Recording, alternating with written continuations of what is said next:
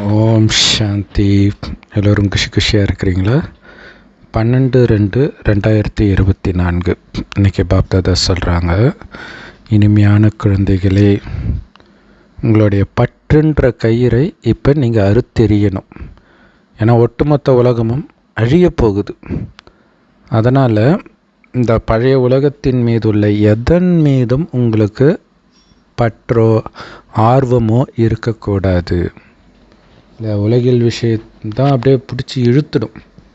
So அதனால்தான் இந்த வெளி உலக விஷயத்தை பார்த்தும் பார்க்காம கேட்டும் கேட்காம இருக்கணும். நான் சொர்க்கத்துக்கு போயிட்டு இருக்கிறேன்றது சதா ஞாபகம் இருக்கணும் அப்படின்னு பாபா முந்தானத்து முரளியில் சொன்னார் இல்லையா? சொர்க்கத்துக்கு போயிட்டுருக்கிறேன் அந்த ஞாபகம் இருக்கும்போது தான் இங்கே சைடில் திரும்பி பார்க்காம இருப்போம். திரும்பி பார்த்தோன்னா பற்று வந்துடும். அப்புறம் கடைசியில் நம்ம ஏமாந்துடுவோம், பெரிய நஷ்டமாயிடும். ஆன்மீக போதையில் இருக்கிறவங்களுக்கு பாபா ஒரு பட்டம் கொடுக்கிறார். அது என்ன பட்டம்? எந்த குழந்தைங்களுக்கு அந்த ஆன்மீக போதை அனுபவமாகுது?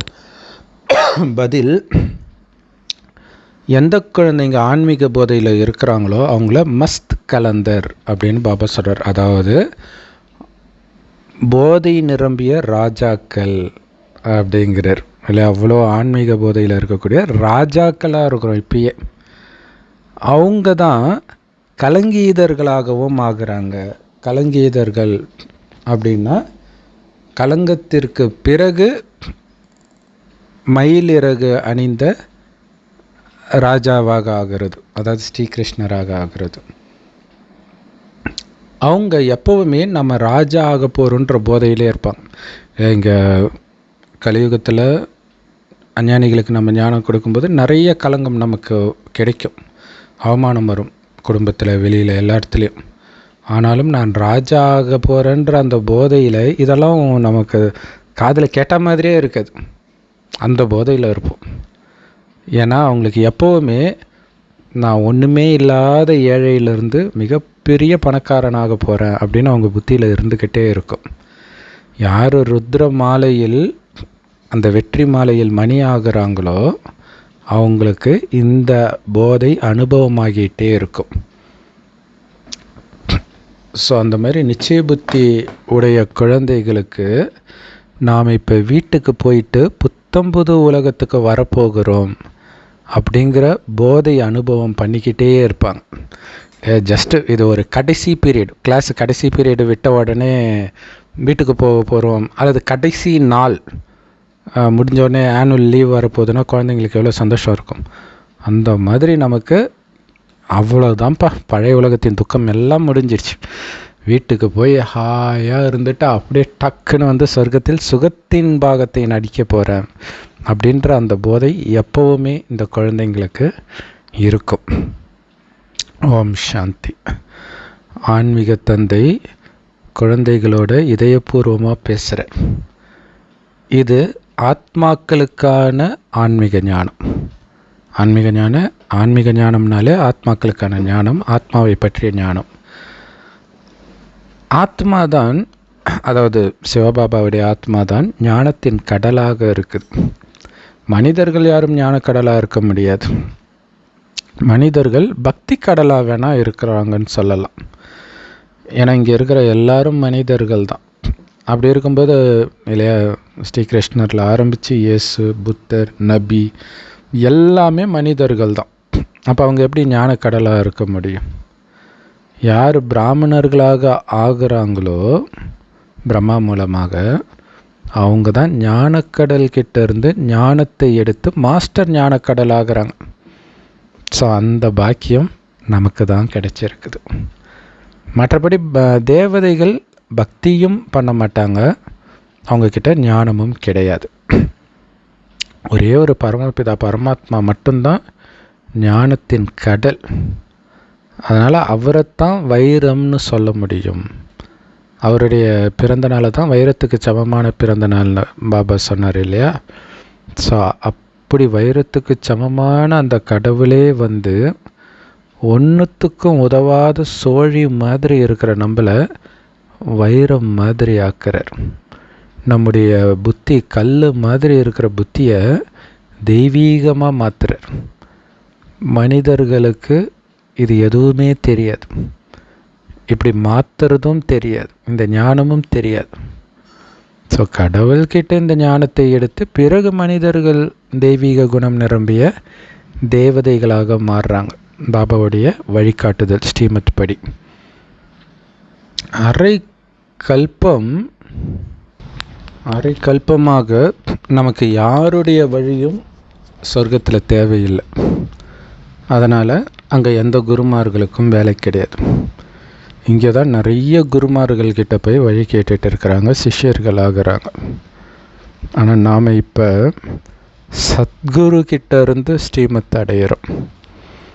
அதனால தான் அங்கே யாருடைய வழியும் நமக்கு தேவைப்படலை இல்லையா? நம்ம அவ்வளோ புத்திசாலிகளாக சொர்க்கத்தில் இருக்கிறோம்.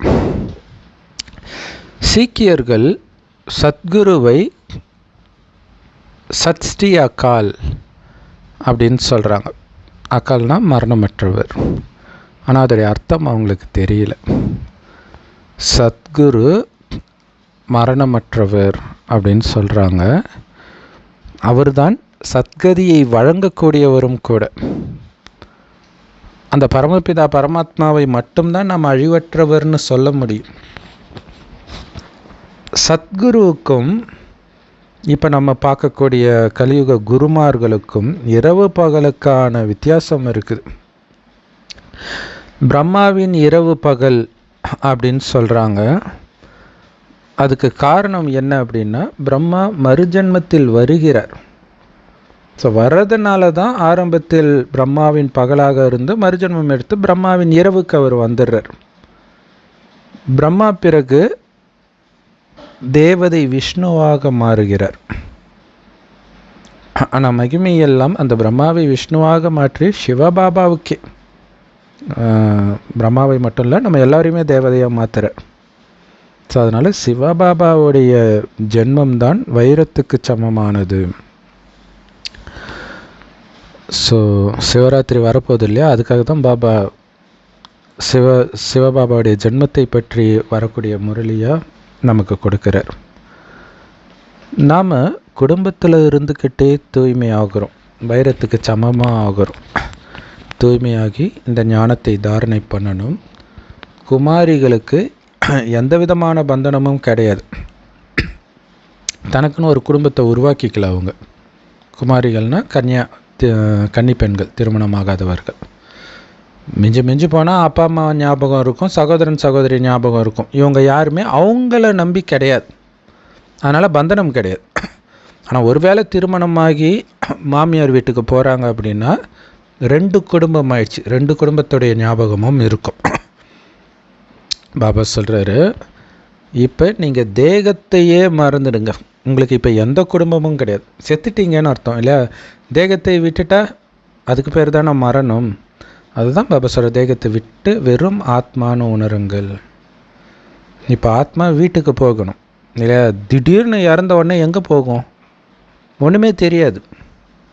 வெட்டியான்னு சொல்லுவான், கைலாயம் போகிறேன் சொர்க்கம் போகிறேன், கைலாயம் போகிறேன் சொர்க்கம் போகிறேன்னு. அதுக்கு என்ன அர்த்தம்னு வெட்டியானுக்கும் தெரியாது, செத்துப்போன ஆத்மாவுக்கும் தெரியாது. முதல்ல செத்துப்போன ஆத்மா சுடுகாட்டுக்கே வராது, வீட்டில் பொண்டாட்டி புள்ள அழுதுட்டு இருக்கிறத பார்த்துட்டு இருக்கும் பெரும்பாலும். அப்போ அதுக்கு தான் பாபா சொல்கிறார், இப்போவே செத்ததாக நினச்சி ட்ரைனிங். வெறும் ஆத்மாவாக இருக்கிறேன், எனக்கு உடம்பு கிடையாது, எரிச்சாச்சு, இப்போ நான் வீட்டுக்கு போகணும் அப்படின்னு இப்போவே பயிற்சி கொடுக்குறேன். அதுக்கு வீட்டுக்கு போகணுன்னா அது தூய்மையான வீடு பறந்தாகும். அப்போ தூய்மை ஆகிறதுக்கான வழியும் நான் சொல்லி கொடுக்குறேன். ஏன்னா தூய்மை ஆக்குறது நான் தான். பாபா கேரண்டி கொடுக்குறேன், என்னை மட்டும் நீ நினைவு பண்ணிக்கிட்டே இருந்தேன்னா உன்னுடைய பல ஜென்மத்து பாவம் அழிஞ்சிடும், தூய்மை ஆயிடுவ, இந்த யோக அக்னியில் பாவங்கள் எரிஞ்சிடும்ன்ற.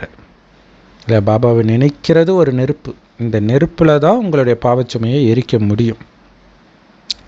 எப்படி ஒரு அழுக்கான தங்கத்தை நெருப்பில் போட்டிங்க அப்படின்னா அது மேலே இருக்கக்கூடிய அழுக்கெல்லாம் எரிஞ்சு சுத்த தங்கமாக வெளியில் வரும் இல்லையா? அந்த மாதிரி இது யோகம்ன்ற நெருப்பு. இதிலேயே ஆத்மா மூழ்க அப்படியே ஆத்மா சொக்க தங்கமாக வெளியில் வரும். அதாவது அவ்வளோ தூய்மையாயிடும். ஸோ அந்த மாதிரி ஆத்மாவை தூய்மையாக்குற வேலை இந்த சங்கமயுகத்தில் நடக்குது.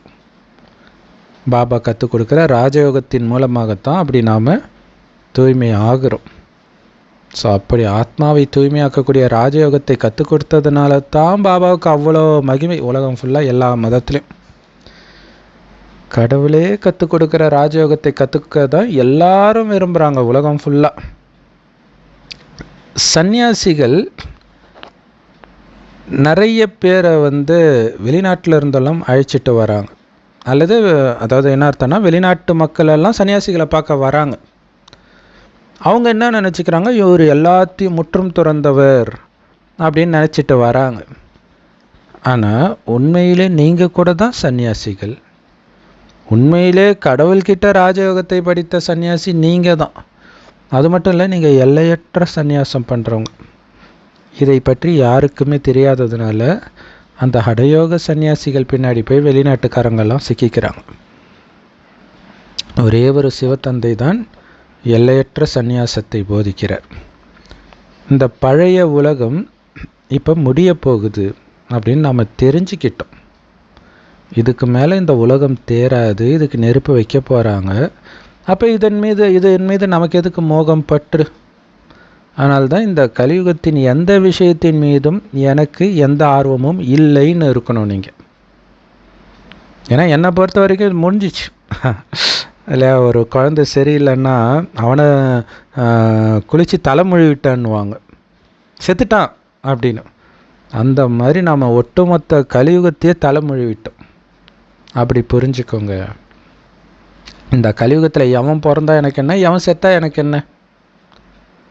ஒரு ஆத்மா ஒரு உடம்பை விட்டுட்டு இன்னொரு உடம்பை எடுத்து அதோடைய நடிப்பை நடிக்க போகுது. அதுக்கு நான் எதுக்கு அழுவணும்? இது ஆழமாக பதியணும். இது கீதையில் இருக்குது, ஆனால் ஒன்றும் புரியாது. போய் அவர் கிருஷ்ணர் அர்ஜுனனை பார்த்து கௌரவர்களை அம்பு விட்டு கொல்லு, அது ஆத்மா தான், ஆத்மாவுக்கு மரணம் இல்லைன்றார். அதுக்காக கொலையாக பண்ணுவாங்க. ஸோ அதோடைய அர்த்தம் என்னென்னா, புத்தியினால் நீ இறந்ததா நினச்சிக்கோ எல்லாரையும். அப்போ நிஜமாகவே இறந்தாலும் உனக்கு கவலை இல்லை. ஆல்ரெடி நீ ஆத்மாவை தான் பார்த்துன்னு இருக்கிற. இந்த உடம்புல நடித்தா என்ன, இன்னொரு உடம்புல நடித்தா என்ன? இப்போ ஒரே உடம்புல இருந்தால் மட்டும் ஒரே மாதிரியாக நடிக்க போகுது, மாறி மாறி தான் நடிக்க போகுது. இன்றைக்கி மாதிரி நாளைக்கு இருக்க மாட்டாங்க. ஸோ அப்போ இன்னொரு உடம்பு போய் எடுக்க போகுது. அதில் அழுவுறதுக்கு ஒன்றுமே இல்லையே. இங்கே ஐயோ இங்கே எங்கள் அப்பா செத்துட்டாரேன்னு அழுதுட்டுருப்போம். ஒரு 6 மாதத்தில் இன்னொரு வீட்டில் பர்த்டே கொண்டாடுவாங்க, எனக்கு குழந்தை பிறந்துருச்சுன்னு. இதே ஆத்மா அங்கே போயிடும். அப்போ அழுகுறவன் பைத்தியக்காரன் தானே. ஸோ அதுதான் பாபா சொல்றார், பற்றின் கயிறை அறுத்தெறியுங்கள். இப்போ நமக்கு புது உலகத்தில் மட்டும்தான் சம்பந்தம், இங்கே கிடையாது இல்லையா. புது உலகத்தில் என்னுடைய அப்பா அம்மா, என்னுடைய குழந்தை யாரும் இப்போ தெரியாது, ஆனால் கன்ஃபார்மாக இருக்கிறாங்க. அப்போ அதற்கு என்னை நான் தகுதிப்படுத்திக்கிற அங்கே பிறக்கிறதுக்கு. ராமாயணத்தில் சீதை சொல்லுவாங்க, ராமரை திருமணம் செஞ்சுக்கணுன்னா கடும் தவம் செஞ்சுருக்கணும் அப்படின்ட்டு சூர்பனகைகிட்ட சொல்லுவாங்க.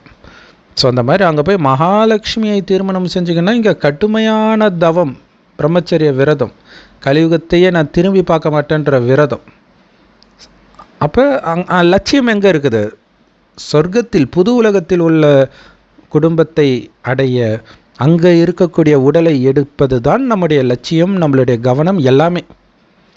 அந்த மாதிரி குழந்தைகள் தான் உறுதியான மஸ்த் கலங்கீதராக, போதை பொருந்திய ராஜாவாக இருப்பாங்க.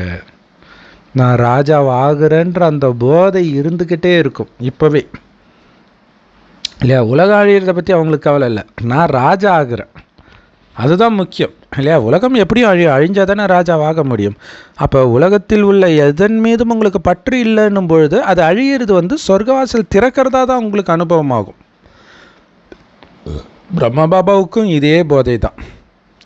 நான் போய் கலங்கீதராவேன், ராஜாவேன், கவலையற்ற ராஜாவேன், ஏழையிலிருந்து பணக்காரனாவேன். ஸோ உள்ளுக்குள்ளே அந்த போதை இருக்கிறதுனால தான் அவரை மஸ்து கலங்கீதர் அப்படின்னு சொல்கிறோம். அது ஹிந்தி வார்த்தை, போதையுள்ள ராஜா. ஸோ இந்த பிரம்மா பாபாவுடைய காட்சிகள் நிறைய பேருக்கு கிடைச்சி இருக்குது.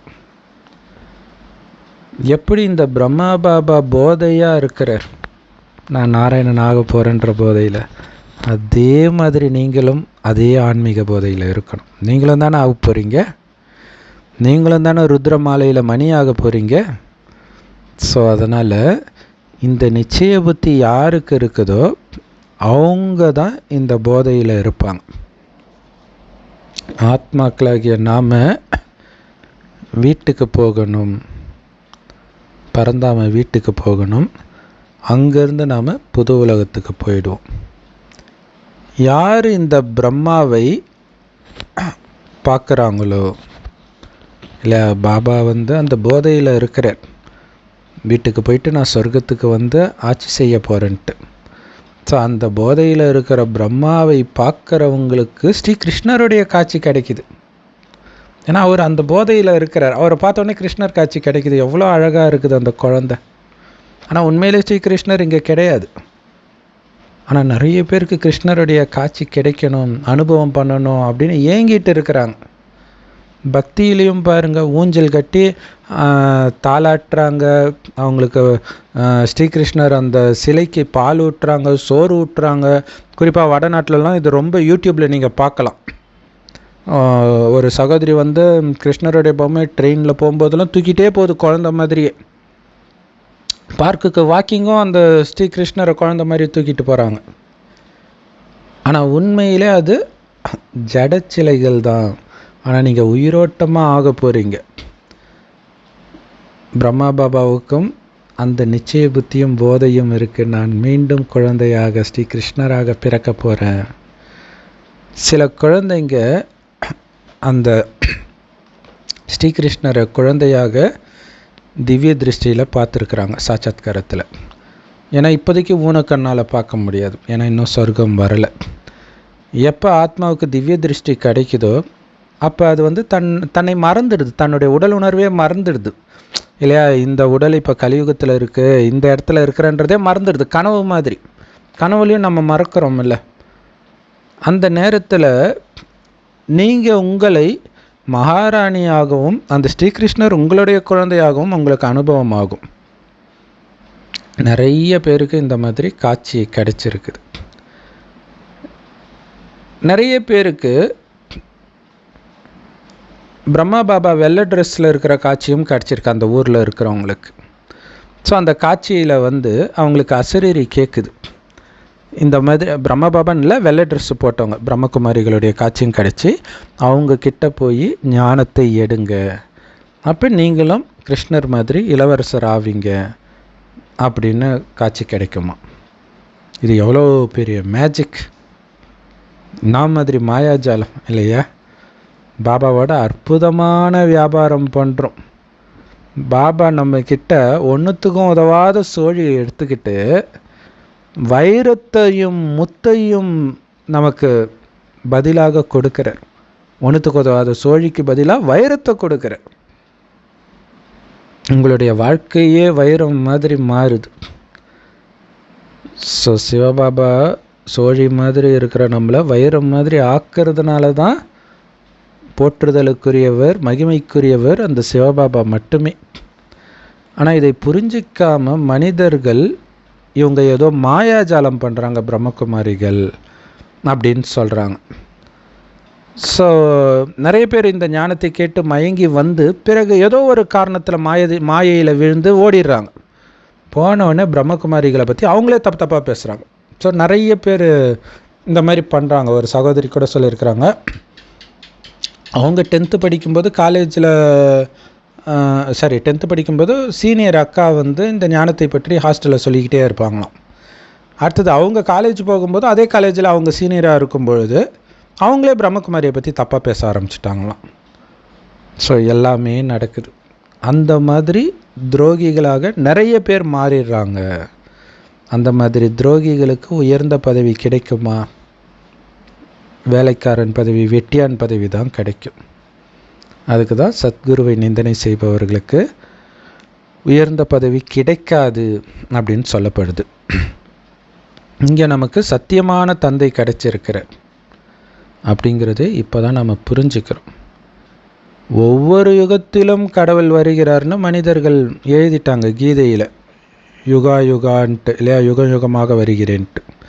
சரி, அப்படியே யுகமுகமாக வரதா இருந்தால் கூட 4 யுகம்னா 4 அவதாரம் தானே இருக்கணும். ஏன் 24 அவதாரம் காட்டியிருக்கிறாங்க?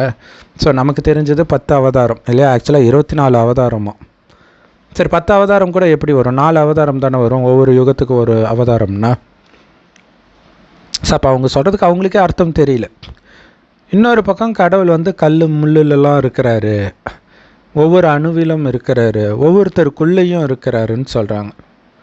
பாபா சொல்கிறாரு, ஒன்றுத்துக்கும் உதவாத சோழி மாதிரி இருந்த உங்களை வைரம் மாதிரி ஆக்குனதுக்கு எனக்கு நீங்கள் கொடுக்குற பரிசு பாருங்கள், கல்லில் முள்ளுலலாம் இருக்கிறேன்னு சொல்கிறீங்க. ஒருவேளை கடவுள் அது மாதிரி எங்கும் நிறைந்தவராக இருந்தால், எல்லாருக்குள்ளேயும் இருக்கிறவராக இருந்தால் அவருக்குன்னு ஒரு மதிப்பே இருக்காதே இல்லையா?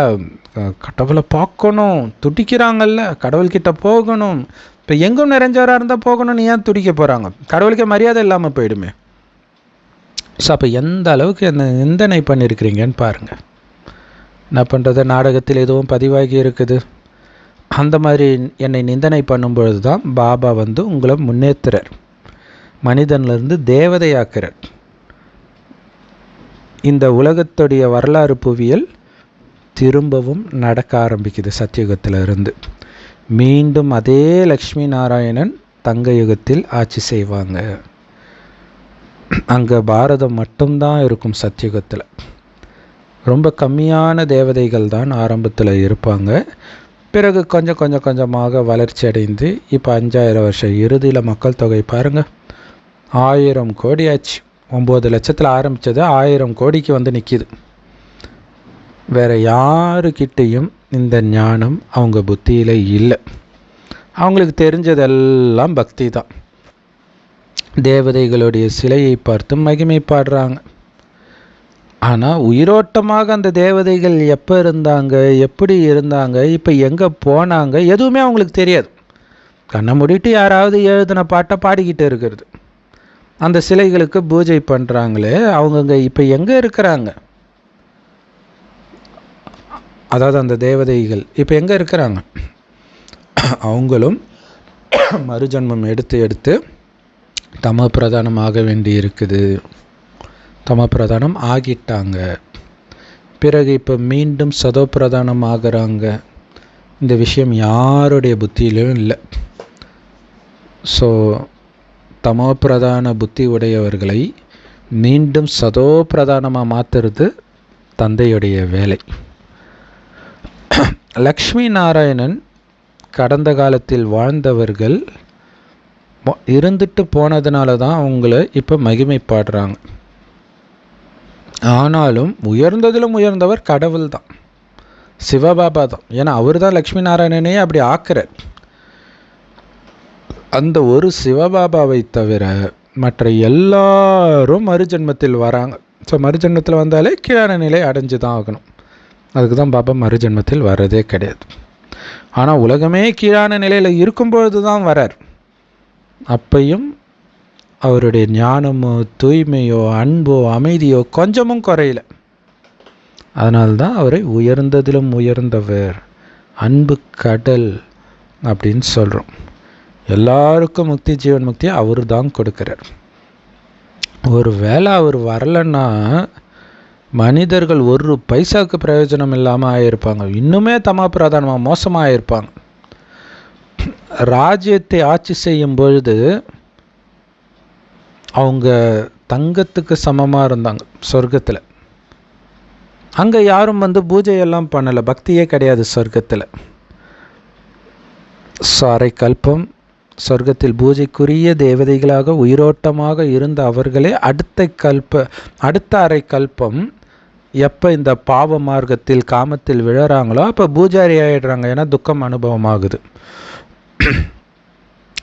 ஆனால் ஒரு காலத்தில் விகாரம்னா என்னன்னே தெரியாமல் பரிசுத்தமாகத்தான் நாம் இருந்தோன்றதே யாருக்கும் ஞாபகம் இல்லை. இப்போ ஏன் பிராமணர்களாகிய உங்களில் கூட வரிசைக்கிரமமாக தான் புரிஞ்சிருக்கிறீங்க. நீங்களே ஃபுல்லாக புரிஞ்சிக்கலை அப்படின்னா நீங்கள் என்ன மற்றவர்களுக்கு புரிய வைக்க முடியும்? ஸோ சில குழந்தைங்க அப்படி இருக்கிறாங்க புரிஞ்சிக்காமல். உங்களை நீங்கள் பிரம்மகுமாரின்னு சொல்லிக்கிறீங்க, ஆனால் இந்த ஞானத்தை புரிய வைக்க முடியல. பிரம்மகுமாரினாலே பிரம்மா மூலமாக சிவனுடைய ஞானத்தை எடுத்தவர்கள், மற்றவர்களுக்கு கொடுப்பதற்கு தயாராக இருப்பவர்கள். அப்படி இருக்கும்போது உங்களுக்கே புரிய வைக்க முடியலன்னா மற்றவர்களுக்கு பெரிய நஷ்டத்தை ஏற்படுத்துகிறீங்க. மற்றவர்கள் கேள்வி கேட்கும்போது புரிய வைக்க முடியாமல் திணறீங்க.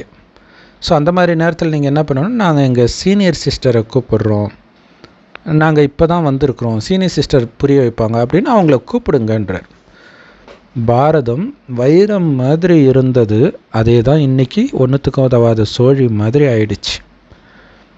இப்போ பிச்சைக்காரன் மாதிரி இருக்கக்கூடிய இந்த பாரதத்தை உலகத்துக்கே மணிமகுடமாக யார் மாற்றுவா?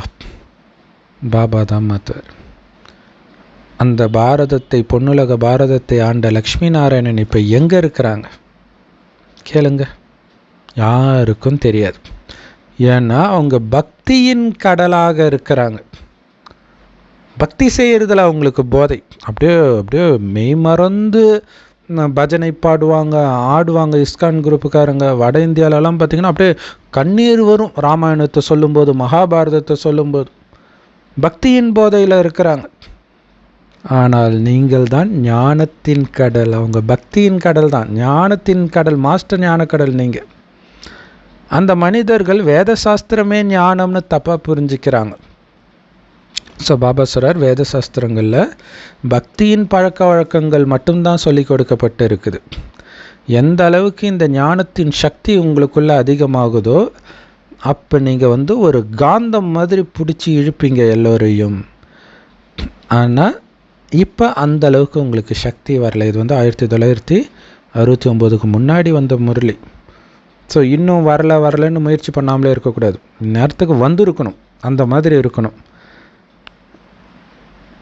ஸோ இருந்தாலும் நீங்கள் எந்த அளவுக்கு பாபாவை நினைவு செய்கிறீங்க அதை பொறுத்து தான் உங்களுக்கு யோக பலம், ஞான பலம் எல்லாம் வரும். எல்லா நேரமும் நீங்கள் பாபாவை நினைக்கிறது கிடையாது. ஒருவேளை 24 மணி நேரம் எனக்கு பாபா நினைவு மட்டுமே நிலைச்சி இருக்குது அப்படின்னு ஒருத்தர் சொன்னால் அவருடைய உடம்பு இருக்காது. உடம்பை விட்டு அவர் வெளியேறி இருப்பார். ஸோ அப்படின்னா என்ன அர்த்தம்? நிரந்தரமாக பாபாவை நினைக்க யாராலையும் முடியலை. இன்னொரு விஷயம், நீங்கள் இப்போ உடம்புல இருந்து தானே ஆகணும். பாபாவுடைய செய்தியை கொடுக்கணும்ல எல்லாருக்கும். குழந்தைகளாகிய நீங்கள் மட்டும்தான் இறைவனுடைய செய்தியை கொடுக்கக்கூடிய தூதர்கள். இறை தூதர்கள் நீங்கள் தான், வேறு யாரும் கிடையாது. அவங்க சொல்கிறாங்களே நபி இறை தூதர், இயேசு இறை தூதர், யாரும் கிடையாது. அவங்க மதத்தை ஸ்தாபனை பண்ணிட்டு போனாங்க, அவங்க இறை தூதர்கள் கிடையாது. கிறிஸ்து வந்தார், கிறிஸ்தவ மதத்தை ஸ்தாபனை செஞ்சார், வேறு எதுவும் அவர் பண்ணலை. அவர் என்ன கடவுளுடைய செய்தியை கொடுத்தாரு?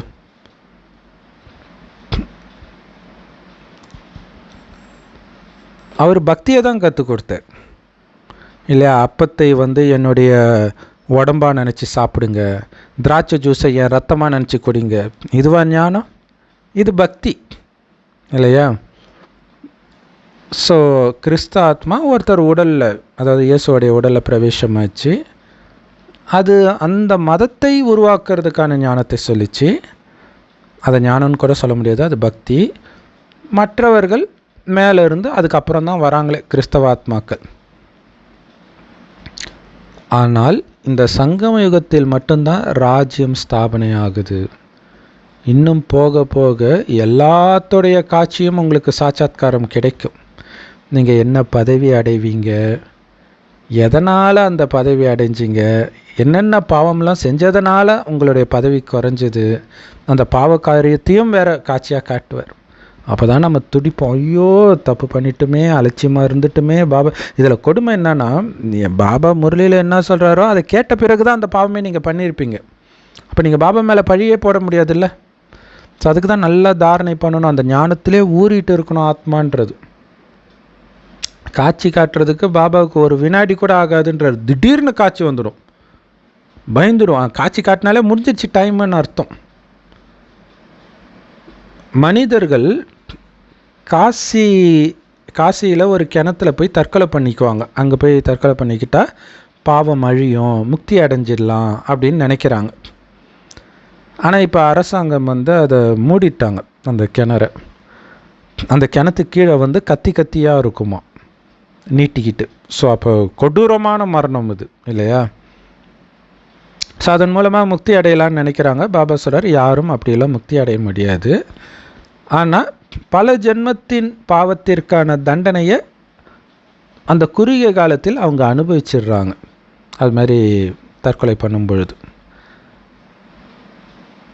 அதுக்காக அவங்க தூய்மை ஆகிடுறாங்கன்னு அர்த்தம் கிடையாது.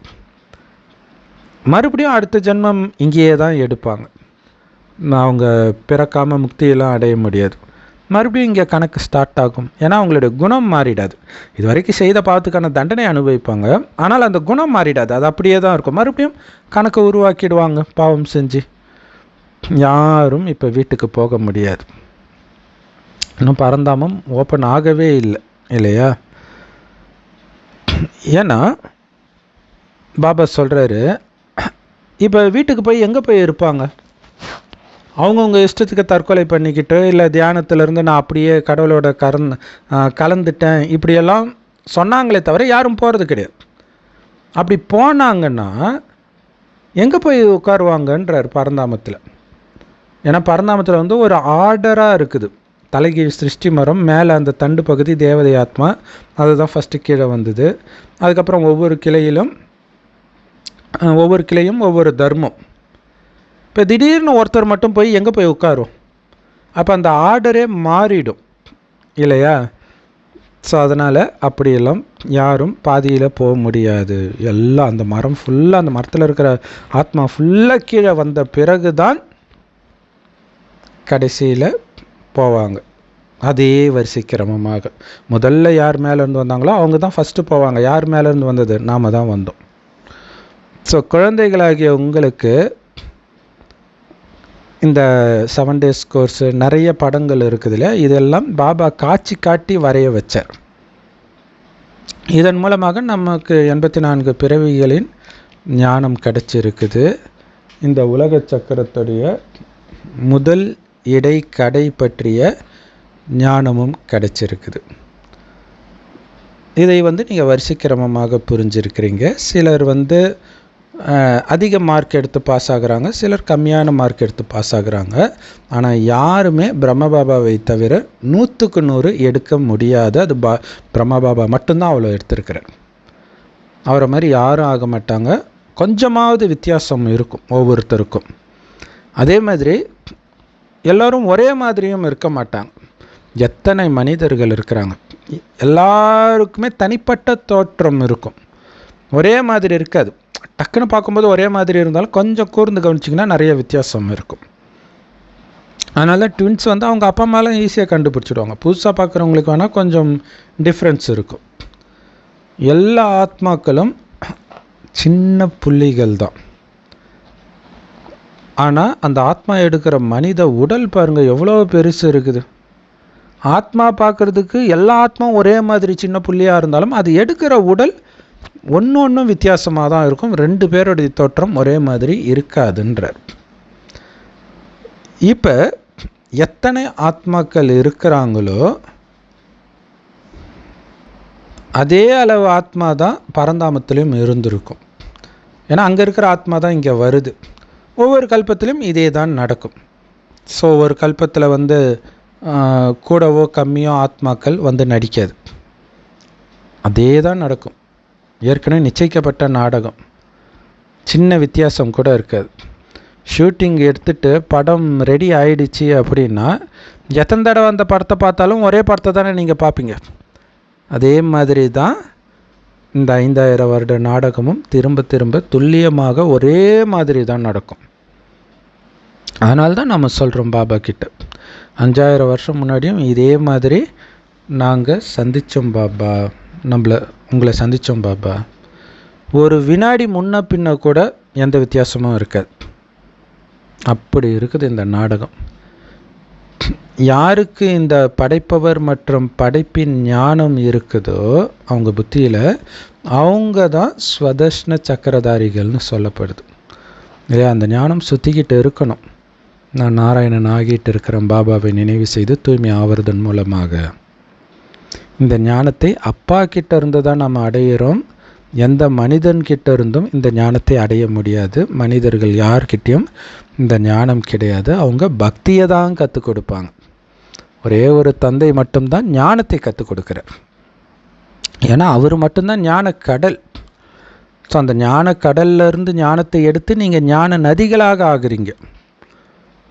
முக்தியும் ஜீவன் முக்தியும் ஞான கடலாகிய சிவபாபா கிட்ட இருந்தும் அவர்கிட்ட இருந்து ஞானத்தை எடுத்த ஞான நதிகளாகிய நம்ம கிட்ட இருந்து மட்டும்தான் அடைய முடியும். எந்த தர்மஸ்தாபகர்களோ சாது சன்னியாசியோ கொடுக்க முடியாது முக்தியோ ஜீவன் முக்தியோ. அல்லது போய் கடலில் போய் மூழ்கிறதுனாலையோ கங்கையில் போய் மூழ்கிறதுனாலையோ முக்தி ஜீவன் முக்தி கிடைக்காது. ஏன்னா அது தண்ணியின் நதிகள், ஞான நதிகள் கிடையாது. தண்ணியின் நதிகள் எப்பவும் தான் இருக்குது. ஆனால் இந்த சங்கம யுகத்தில் மட்டும்தான் உங்களுக்கு முக்தி ஜீவன் முக்திக்கான ஞானம் கிடைக்கிது. பாரதத்தில் தண்ணீர் நதிகள் எப்பவும் தான் ஓடிட்டு இருக்குது. எல்லா சிட்டியும் நகரங்களும் அழிஞ்சிடும். மற்ற கண்டங்கள் இருக்கவே இருக்காது. ஸோ உலக அழிவை பற்றி சொல்கிறார். கடைசியில் பார்த்தீங்கன்னா நிறைய நிற்காமல் மழை பெய்யுன்றார். இது வந்து பைபிளில் கூட சொல்லப்பட்டிருக்கும். 21 நாளோ ஏதோ தொடர்ந்து பயங்கர மழை பெய்யும் அப்படின்ட்டு. ஸோ அந்த தண்ணியெல்லாம் போய் கடலில் கலக்கும். கடைசியில் வெறும் பாரதம் மட்டும்தான் இருக்கும். அந்த மாதிரி இருக்கும் உலக அழிவு. ஸோ அதுக்கான ட்ரெய்லர் ஆரம்பிச்சிடுச்சுன்றதை இந்த வருஷம் நம்ம பார்த்தோம். முதல் மாதத்துலேயே ஒரு 2 வார கேப்லேயே சென்னையிலையும் வெள்ளம், அடுத்தது 4 டிஸ்ட்ரிக்டில் தெற்கு மாவட்டங்களில் வெள்ளம், வரலாறு காணாத வெள்ளம். ஸோ அப்போ ஸ்டார்ட் ஆகுது அப்படிங்கிறத நம்ம புரிஞ்சிக்க முடியுது. அதுக்குள்ளே நம்ம ரெடி ஆகணும். பாபாவை தவிர எதையும் புத்திக்குள்ளே வர விட்டுறக்கூடாது. அனைத்து ஞானமும் நமக்கு கிடைச்சிருச்சு. இதுதான் ஞானம். மற்ற அனைத்தும் பக்தி.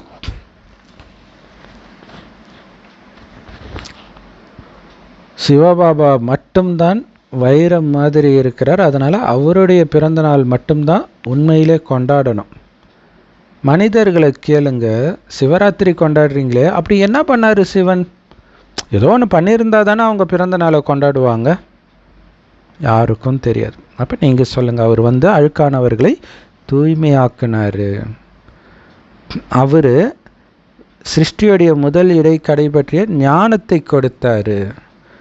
அதனால தான் ஞான சூரியன் எழுந்ததும் அஞ்ஞான இருள் மறைஞ்சதுன்னு பாடப்படுதுன்னு புரிய வைங்க.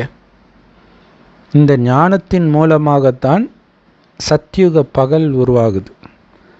பக்தியின் மூலமாக தான் கலியுக இரவு உருவாகுது. இப்போ நாம் 84 பிறவிகளை முடிச்சிட்டோம். இப்போ 84 பிறவி முடிச்சோன்னா என்ன அர்த்தம்? எல்லாத்தையும் இழந்துட்டோம். 84 பிறவிக்கு தேவையானது சேர்த்தோம் முந்தைய கல்பத்தில், சங்கமயுகத்தில் முயற்சி பண்ணி. இப்போ எல்லாத்தையும் அழிச்சாச்சு. இப்போ மீண்டும் சிவபாபாவை நினைவு செஞ்சு தூய்மை ஆகிறதன் மூலமாக மீண்டும் தூய உடலை எடுத்து சத்யுகத்தின் சொர்க்கத்தின் சுகத்தை மீண்டும் அனுபவிக்க போகிறோம். ஸோ நீங்கள் எல்லோரும் வரிசைக்கிரமமான முயற்சியின்படி தூய்மையாகிறீங்க.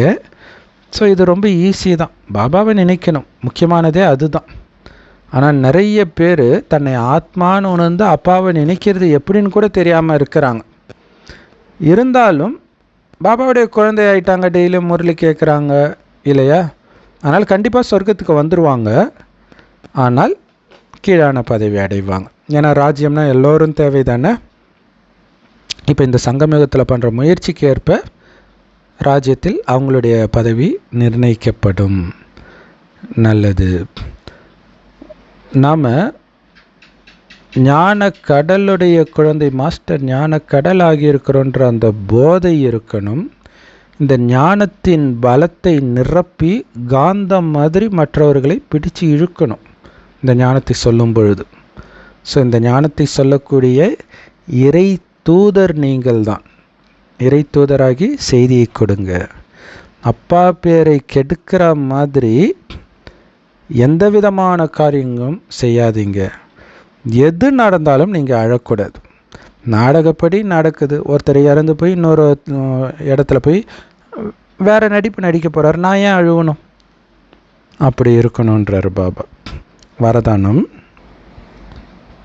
சத்தியத்தின் ஆதாரத்தில் உங்களுடைய முகத்திலும் நடத்தையிலும் தெய்வீகத்தன்மையை அனுபவம் செய்ய வைக்கக்கூடிய சத்தியமானவர் ஆகுங்கள். அதுக்கு விளக்கம், இன்றைக்கி நிறைய பேர் உலகத்தில் நான் சத்தியமானவன் தெரியுமா, நான் உண்மையானவன் தெரியுமா, என் மனசாட்சிக்கு விரோதமாக எதுவும் செய்ய மாட்டேன், இப்படியெல்லாம் சொல்லுவாங்க. நான் உண்மையை தான் பேசுவேன், உண்மையை தான் சொல்லுவேன், அப்படியெல்லாம் சொல்லுவாங்க. ஆனால் பாபா சொல்கிறாரு,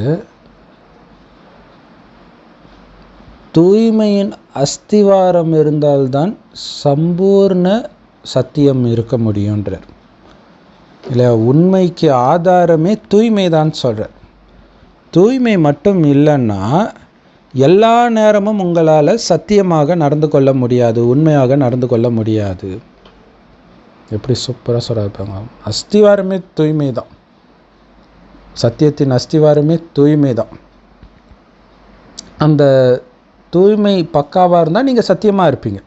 அந்த சத்தியமாக நீங்கள் இருக்கிறதோடைய நிரூபணம் என்ன தெரியுமா? நடைமுறை நிரூபணம், உங்களுடைய முகத்தில் அந்த தெய்வீகத்தன்மை தெரியும், அந்த நடத்தையில் தெய்வீகத்தன்மை தெரியும் இல்லையா? தேவதைகள் தூய்மையாக இருக்கிறதுனால தான் அவங்களுடைய முகம் அந்த தெய்வீகத்தன்மையை நம்மளால் உணர முடியுது, அவங்களுடைய பேச்சில், அசைவில், எல்லாத்துலேயும். ஸோ இங்கே பிராமண வாழ்க்கையின் உயிர் மூச்சு இந்த தூய்மையின் ஆதாரத்தில் தான் அமைதி, ஆனந்தம் எல்லாமே கிடைக்கிது. ஸோ தூய்மையின் ஆதாரத்தில் இயல்பாகவே சத்தியத்தின் சொரூபமாக நீங்கள் இருப்பீங்கன்ற. அப்போ உங்களுடைய ஆத்மா, உடல் ரெண்டுமே எப்போ தூய்மையாக இருக்குதோ அப்போ தான் நீங்கள் சம்பூர்ண சத்தியமான தெய்வீக குணமுடைய தேவதைகள்னு சொல்ல முடியும் அப்படின்னு பாபா சொல்கிறார் இல்லையா? அங்கே தேவதைக்கு உடலும் தூய்மையாக இருக்கும், ஆத்மாவும் உள்ளமும் தூய்மையாக இருக்கும். இங்கே ஆத்மா தூய்மையாக இருக்குது, பட் உடல் தூய்மையாக கிடையாது இல்லையா? கலியுக உடல் தான் நமக்கு இருக்குது. அப்போ முழு தூய்மை, முழு உண்மை அப்படிங்கிறது உடல், ஆத்மா ரெண்டுமே தூய்மையாக இருக்கும்போது தான் சொல்லுவோம். ஸோ அப்போ அந்த முகத்திலும் நடத்தையிலும் ஃபுல் தெய்வீகம் தெரியும். ஆனால் இப்போ உடல் நமக்கு தூய்மையாக இல்லாட்டினா கூட ஆத்மா தூய்மையாக இருக்கும்பொழுது இந்த அழுக்கான உடலை வைத்து கொண்டு கூட உங்களால் அந்த தெய்வீகத்தன்மையை உங்களுடைய முகத்தினும் நடத்தையினாலும் வெளிப்படுத்த முடியும். ஸோ அப்படி தான் நம்ம பாபாவை வெளிப்படுத்துகிறோம். ஸ்லோகன், இந்த எல்லையற்ற சேவை செய்கிறதுல சதா பிஸியாக இருந்தாலே இந்த பழைய கலியுகத்தின் மீது இயல்பாகவே எல்லையற்ற வைராக்கிய உள்ளுணர்வு வந்துடும். இந்த கலியுகத்தின் மீது உங்களுக்கு வெறுப்பு வரணும், எந்த விதமான ஆர்வமும் இருக்கக்கூடாதுன்றார். ஸோ அதுக்கு எல்லையற்ற சேவை, அத்தனை பேரையும் நம்ம சொர்க்கத்துக்கு அழைச்சிட்டு போகிறோம் இல்லையா? ராவணனுடைய இலங்கையிலிருந்து மீட்டு சொர்க்கம்ன்ற பாரதத்துக்கு இட்டுட்டு போகிறோம், சத்யுகம் அங்கே அழைச்சிட்டு போகிறோம். ஸோ அப்போ எல்லோரையும் யாரை அழைச்சிட்டு போகிறோம்? ஆத்மாவை தான் அழைச்சிட்டு போகிறோம். ஏன் அழைச்சிட்டு போகிறோம்? ஏன்னா கலியுகம் ஃபுல்லாக துக்கமாக இருக்குது. கலியுகத்தில் எல்லாம் உடல் உணர்வாக இருக்கிறாங்க. ஸோ அப்போ உடல் மேலே உள்ள பற்று தானாகவே போயிடும் இந்த எல்லையற்ற சேவையில் நீங்கள் பிஸியாக இருந்தால். ஸோ இது எண்ணம், சொல், செயல் மூன்றின் மூலமாகவும் இந்த எல்லையற்ற சேவையில் நீங்கள் பிஸியாக இருந்தாலே எல்லையற்ற வைராக்கியம் வரும். எல்லையற்ற வைராக்கியம் வந்தால்தான் எல்லையற்ற சேவையும் செய்ய முடியும். ஸோ ரெண்டுமே, இதை பண்ணால்தான் அது நடக்கும், அது பண்ணால் தான் இதுவுமே நடக்கும். நினைவு இருந்தால் தான் தூய்மையாவீங்க, தூய்மையாக இருந்தால் தான் நினைவே வரும். ஸோ ரெண்டுமே இருக்குது. அப்போ எதை ஃபஸ்ட்டு பண்ணுறது? ஃபஸ்ட்டு நினைவு பண்ணுங்கள். நினைவில் பிளாக் வருது இல்லையா? அதுக்கு காரணம் தூய்மை இல்லாதது. இன்னும் நினைவு பண்ண அந்த பிளாக்கெல்லாம் குறையும். அப்போ என்ன ஆகுது? நீங்கள் தூய்மை ஆகிட்டே இருக்கிறீங்க. எந்த அளவுக்கு தூய்மை ஆகிறீங்களோ அந்த அளவுக்கு நினைவு அதிகமாகிட்டே இருக்கும். அதே மாதிரி தான் எல்லையற்ற சேவையும், மனசா சேவை. இல்லையா, சுப விருப்பங்கள், தூய்மையின் அதிர்வலைகளை பரவ செஞ்சுட்டு இருக்கிறேன். இதெல்லாம் சதா நீங்கள் சொல்ல சொல்ல சொல்ல சொல்ல இந்த எல்லைக்குட்பட்ட விஷயத்திலே உங்கள் புத்தி மாட்டாது, அப்படியே விலக ஆரம்பிக்கும். எல்லைக்குட்பட்ட விஷயத்தில் உங்கள் புத்தி இருக்கும்போது உங்களால் எல்லையற்ற சேவையும் செய்ய முடியாது. அதனால் எல்லையற்ற சேவையில் பிஸியாகி எல்லையற்ற வைராக்கிய உள்ளுணர்வை எடுத்துகிட்டு வாங்க அப்படின்னு பாபா சொல்கிறார். செம பவர்ஃபுல்லான முரளி, செம பவர்ஃபுல்லான வரதானம், செம பவர்ஃபுல்லான ஸ்லோகன். ஓம் சாந்தி. Love you Bap Dada. Thank you Bap Dada. குஷியாக இருங்க, குளிர்ச்சியாக இருங்க.